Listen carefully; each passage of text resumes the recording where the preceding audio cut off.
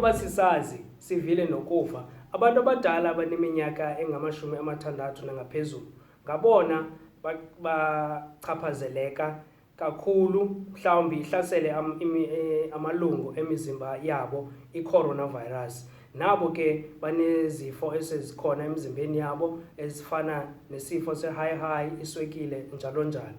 Singabagcina bekhuselekile ke kumakhaya ethu kanjani na? Ngokuba sibalungiselele indlu ekhethekileyo ebucala apha ekhayeni, ize le ndlu siyibiyele ngokubonakalayo. Singagxumeka izinti eziza kuyijikeleza indlu le, siyibiyele, kungaba ngocingo okanye ithwayi. Le nto izawunqanda abantwana kunye namalungu osapho ukuba mabadibane nomntu omdala ohlala kule ndlu. Kodwa ke izinto azisebenzisayo azilungiselelwe apha ekhayeni zihlale kule ndlu naye ahlala kuyo. Izinto ezifana namacephe, izitya, iidishi zokuhlambela, nazo zonke izinto ayakuthi azisebenzise.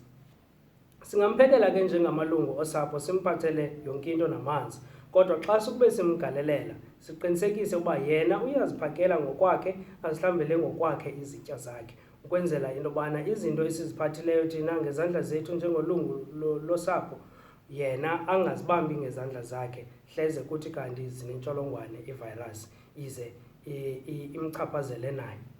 Xa eza kusebenzisa indlu yangasese kufuneka yena ngaphambi koba ayongena kuyo, thina njengamalungu osapho siyosule ngomxube onejik okanye ibleach, siqinisekise ukuba intsholongwane ukuba ngabana ibikhona ifile.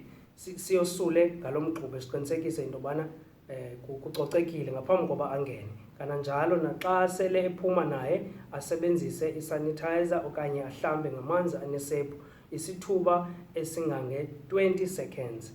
Iqinisekisiwe ukuba ibe ifile intsholongwane ngelo xesha nasezandleni zakhe, andule ke abuyele endlini yakhe. Kubalulekile kwakhona ukuba makaphume emini xa ilanga liphumile, kuba ilanga njengoba sisazi uba linovitamin D eliwuzisayo emzimbeni. Kuyakhankanyeka ke ukuba xa uvitamin D ehlile emzimbeni wakhe angasengozini yokuba esi sifo ukuba sikhona emzimbeni wakhe simhlasele ngokulula. Kufuneka afumane ke uvitamin D elangeni ngethuba ke ehleli phandle. Thina ke njengamalungu osapho singakwazi ukuhlala qelele kunye naye, sincokole naye izinto zalapha ekhaya kambe nezinto afuna yena ukuzazi kuthi. Yonke ke into eza kungena kwindlu yokuzikhusela ngaphambi koba ingene qinisekisa uba yosuliwe ngomxube webleach.